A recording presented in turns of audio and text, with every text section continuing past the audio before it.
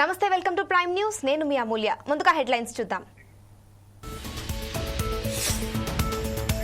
ఏపీలో వ్యర్థాల నిర్వహణపై కొత్త పాలసీ, అధికారులను ఆదేశించిన సీఎం చంద్రబాబు.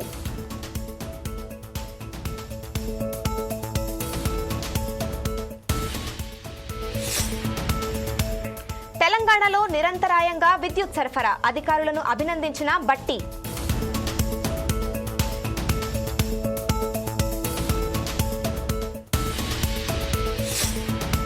ఫార్ములా ఈ కార్ రేస్ కేసులో ఏసీబీ దూకుడు, రేపటిలోగా సెల్ ఫోన్, ల్యాప్టాప్ అప్పగించాలని కేటీఆర్ కు ఆదేశం.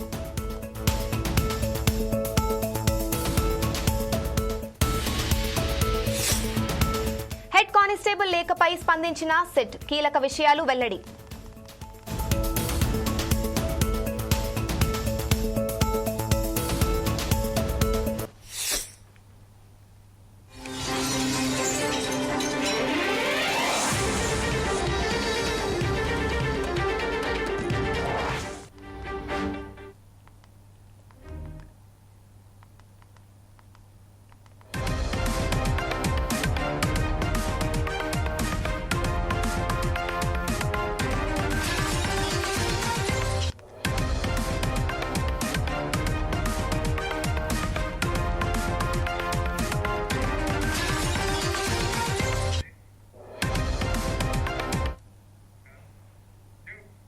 ఫార్ములా ఈ కార్ రేస్ కేసులో ఏసీబీ అధికారులు దూకుడు పెంచారు. రేపటిలోగా సెల్ ఫోన్, ల్యాప్టాప్ అప్పగించాలని కేటీఆర్ కు ఆదేశాలు జారీ చేశారు.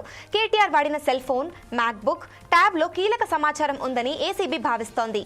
ఈ ఎలక్ట్రానిక్ పరికరాల నుంచే కేటీఆర్ అధికారులకు ఆదేశాలు జారీ చేసి ఉంటారని ఏసీబీ యోచిస్తుంది. అయితే మాజీ మంత్రి కేటీఆర్ స్టేట్మెంట్ ఆధారంగా డాక్యుమెంట్లను ఏసీబీ అధికారులు రెడీ చేస్తున్నారు.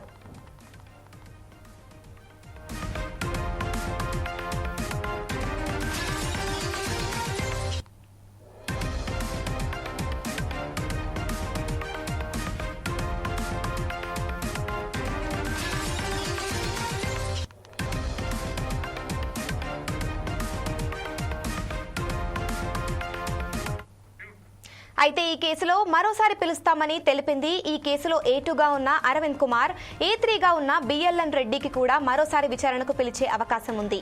దీంతో ఏసీబీ ఆదేశాలపై కేటీఆర్ న్యాయ సలహా ప్రకారం నడుచుకుంటామని తేల్చి చెప్పారు.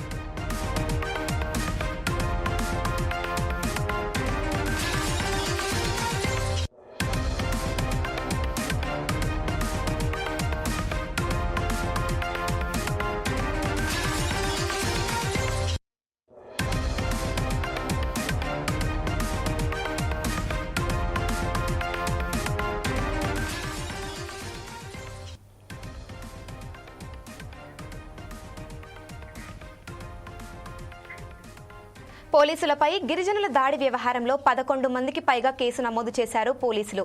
ములుగు జిల్లాలోని ఏటూరు నాగారం మండలం రోహీర్ బీట్ అటవీ భూముల్లో గుడిసెలు వేసుకుని నివసిస్తున్న గిరిజనులను ఖాళీ చేయించేందుకు వెళ్లిన అటవీ శాఖ అధికారులపై గిరిజనులు దాడికి పాల్పడ్డారు. దీంతో దాడికి పాల్పడిన 11 మంది గిరిజనులపై కేసు నమోదైంది.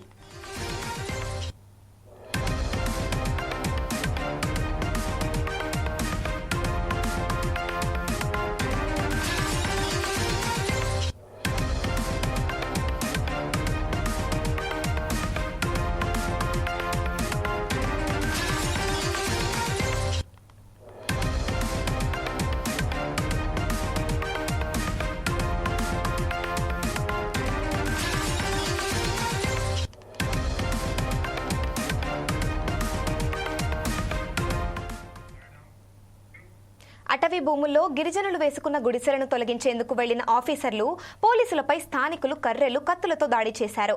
రోహేర్ గ్రామ సమీపంలోని చల్పాక రహదారి పక్కన ఉన్న అటవీ శాఖకు చెందిన భూముల్లో కొందరు గిరిజనులు గుడిసెలు వేసుకుని 2 ఏళ్లుగా ఉంటున్నారు. గుడిసెలను తొలగించేందుకు అటవీ శాఖ పోలీస్ సిబ్బంది సోమవారం జేసీబీ డోజర్ను తీసుకుని వెళ్లారు.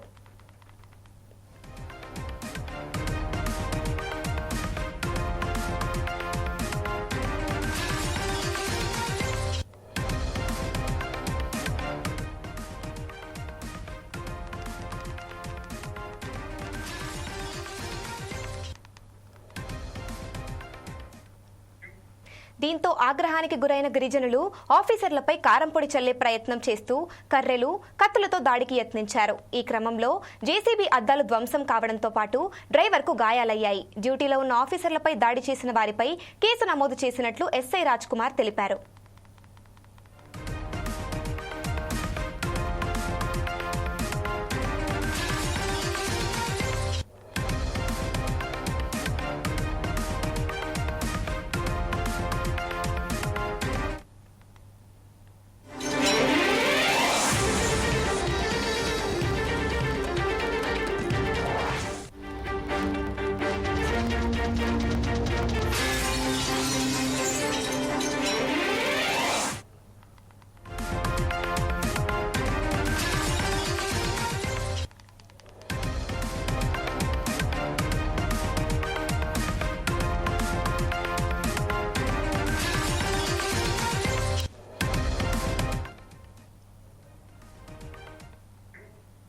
ఏపీ మద్యం కుంభకోణం కేసులో మాజీ ఎమ్మెల్యే చెవిరెడ్డి భాస్కర్ రెడ్డికి వ్యతిరేకంగా వాంగ్మూలం ఇవ్వాలని సిట్ అధికారులు వేధిస్తున్నారంటూ డీజీపీకి గన్మెన్ మదన్ రెడ్డి లేఖ రాయడం సంచలనం రేపుతోంది.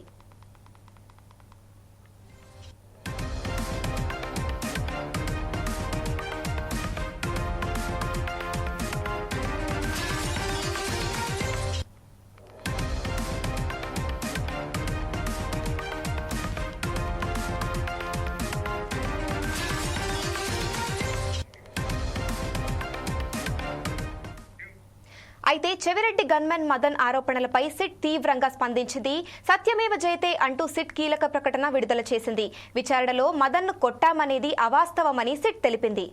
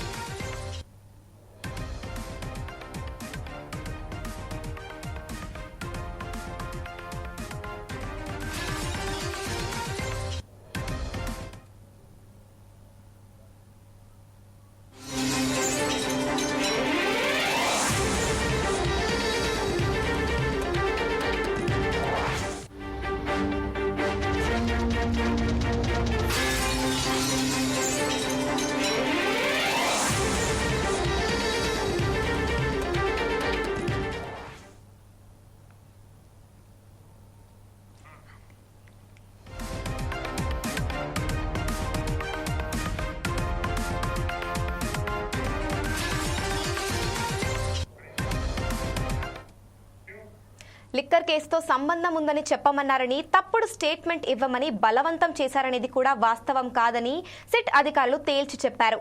కేసిరెడ్డి నుంచి చెవిరెడ్డి భాస్కర్ రెడ్డికి ముడుపులు అందాయని తెలిపారు. ఈ నగదును ఎన్నికల సమయంలో ప్రజలకు పంచిపెట్టినట్టు తెలుస్తుందని వెల్లడించారు.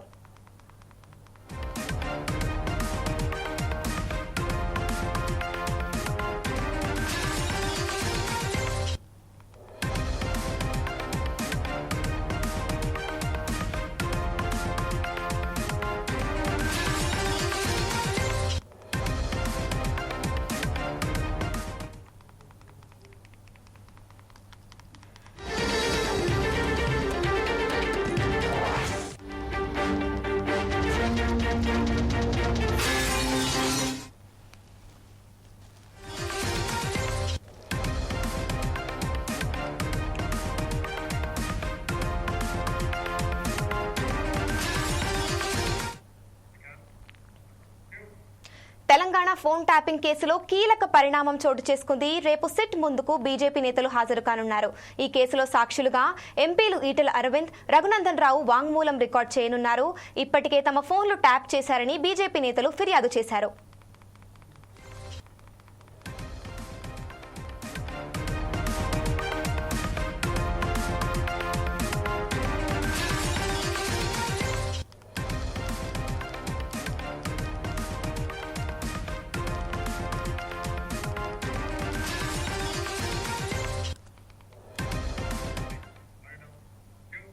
తెలంగాణ ఫోన్ ట్యాపింగ్ కేసులో కీలక పరిణామం చోటు చేసుకుంది. రేపు సిట్ ముందుకు బీజేపీ నేతలు హాజరు కానున్నారు. ఈ కేసులో సాక్షులుగా ఎంపీలు ఈటెల అరవింద్, రఘునందన్ రావు వాంగ్మూలం రికార్డ్ చేయనున్నారు. ఇప్పటికే తమ ఫోన్లు ట్యాప్ చేశారని బీజేపీ నేతలు ఫిర్యాదు చేశారు.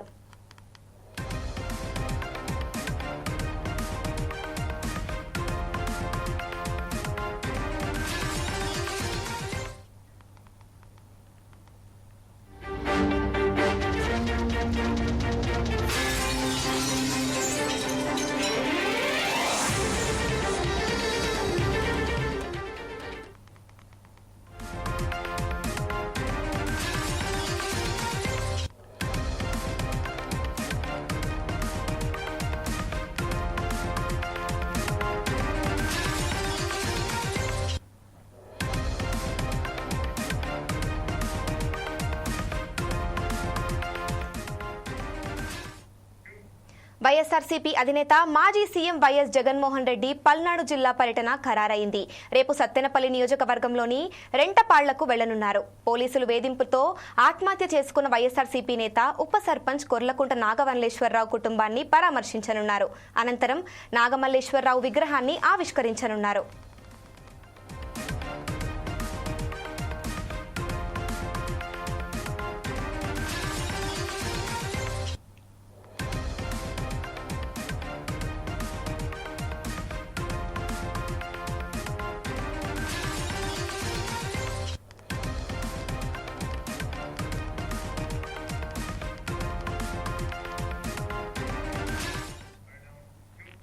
జగన్ పర్యటన నేపథ్యంలో పల్నాడు జిల్లాలో పోలీసులు ఆంక్షలు విధించారు. పోలీసుల ఆంక్షలపై వైసీపీ నేతలు మండిపడుతున్నారు. కూటమి ప్రభుత్వం ఎన్ని అడ్డంకులు సృష్టించినా సత్తెనపల్లిలో జగన్ పర్యటించి తీరుతారని వైసీపీ నేతలు స్పష్టం చేశారు. దీంతో వైఎస్ జగన్ పల్నాడు జిల్లా పర్యటనపై ఉత్కంఠ నెలకొంది.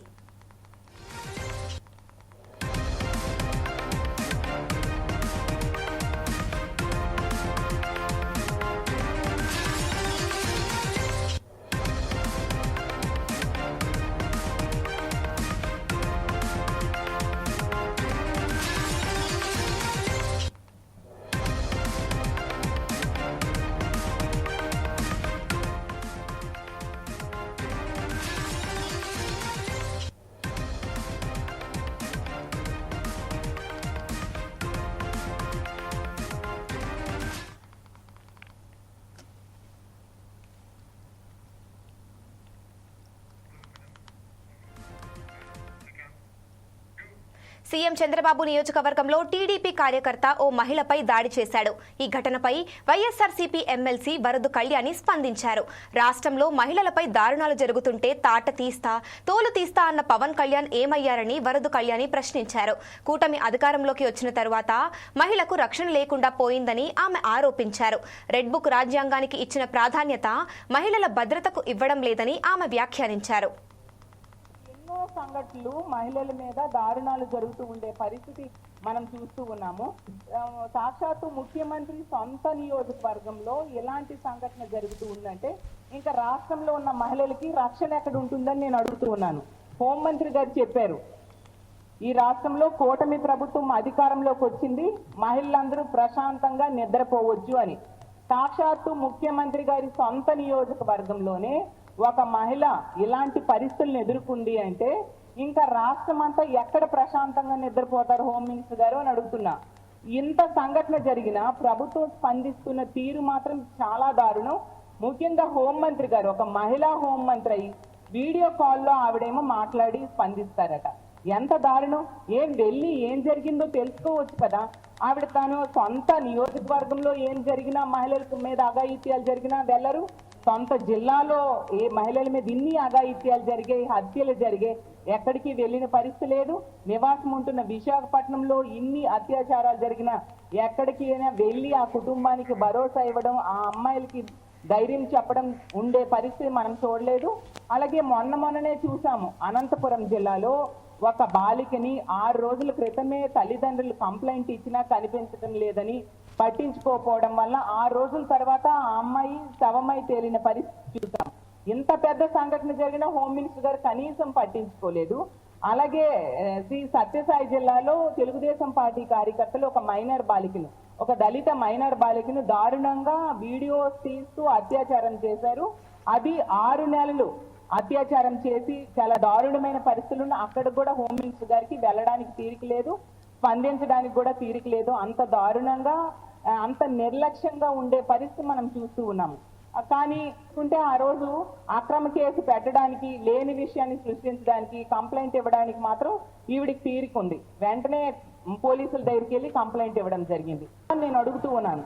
అలాగే డిప్యూటీ సీఎం గారు అసలు మహిళల మీద ఎవరైనా చేయి వేస్తే తాట తీస్తానన్నారు. మరి ఎక్కడ తాట తీస్తూ ఉన్నారు? ఇన్ని సంఘటనలు జరుగుతున్నాయి. రోజు ఈ జరుగుతున్న సంఘటనల గురించి మేము ప్రెస్ మీట్ పెట్టి చెప్తూ ఉన్నాము. అయినా మీరు ఎవరికి తాట తీసిన పరిస్థితులు అయితే కనిపించడం లేదు. అంతవరకు పట్టించుకున్న దాఖలాలు లేదు. అంత దారుణంగా మహిళల భద్రత గాలికి వదిలేసిన పరిస్థితి ఈ రాష్ట్రంలో ఉంది. తీసుకుంటే ముఖ్యమంత్రి గారు, అలాగే లోకేష్ గారు, అలాగే డిప్యూటీ సీఎం గారు, హోంమంత్రి గారు ఏం చెప్పారు? పచ్చబిల్ల వేసుకుంటే చాలు, ఏ తప్పు చేసినా వదిలేయండి అని. అలా వదిలేయండి అని చెప్పడంతో ఈ తెలుగుదేశం పార్టీ కార్యకర్తలు ఈరోజు కాలకేయుల్లా మారిపోయారు. రోజు ఇలాంటి సంఘటనలు, అఘాయిత్యాలు మహిళల మీద జరుగుతూ ఉండడాన్ని మనం చూస్తూ ఉన్నాము. ఈరోజు తీసుకుంటే ఈ రాష్ట్రంలో పొలిటికల్ గవర్నెన్స్, రెడ్ బుక్ రాజ్యాంగానికి ఇచ్చిన ఇంపార్టెన్స్ మహిళల మాన ప్రాణాల రక్షణకి ఇవ్వని పరిస్థితి మనం చూసాం. ముఖ్యమంత్రిగా ప్రమాణ స్వీకారం చేసిన వెంటనే ముఖ్యమంత్రి గారు ఏమన్నారు? ఈ రాష్ట్రంలో ఇంకా పొలిటికల్ గవర్నెన్స్ అమలు అవ్వాలి అని చెప్పి కలెక్టర్లకి, ఎస్పీలకి ఆదేశాలు పబ్లిక్గా ఇవ్వడం జరిగింది. దాంతో కార్యకర్తలకి భయం ఎక్కడ ఉంటుంది? అసలు ఇన్ని వరుస సంఘటనలు జరుగుతూ ఉన్నాయంటే దానికి కారణమే ఒకే ఒక కారణం. ఇలాంటి తప్పుడు పనులు చేసినా ఎటువంటి శిక్షలు ఉండవు, పట్టించుకునే నాదుడు ఉండడు ఈ రాష్ట్రంలో అనేది ఇలాంటి దుర్మార్గులకి భయం లేకుండా పోయింది. దానివల్ల ఇలా వరుస సంఘటనలు వినాల్సిన పరిస్థితి. మరి అనంతపురంలో మనం చూసాం ఎంత దారుణంగా. అనంతపురం, ఉమ్మడి అనంతపురం జిల్లాలో ఒక చాలా దారుణమైన సంఘటనలు విన్నాం మనము. ఒక అమ్మాయిని హత్య చేయడం, ఇంకో అమ్మాయిని 6 నెలలు అత్యాచారం చేయడం. కనీసం రాష్ట్ర ప్రభుత్వంలో ఎవరైనా వెళ్ళి ఆ కుటుంబానికి పరామర్శలు చేశారా? ముఖ్యమంత్రి గారు కానీ, హోంమంత్రి గారు కానీ, స్థానిక మంత్రులు కానీ ఎవరైనా పరామర్శ చేశారా? ఆ కుటుంబాలకు ధైర్యం చెప్పారా? ఒక ఆర్థిక భరోసా ఇచ్చారా? అసలు ఈ రోజు కంటే ఎన్నో సంఘటనలు మహిళల మీద దారుణాలు జరుగుతూ ఉండే పరిస్థితి మనం చూస్తూ ఉన్నాము. సాక్షాత్తు ముఖ్యమంత్రి సొంత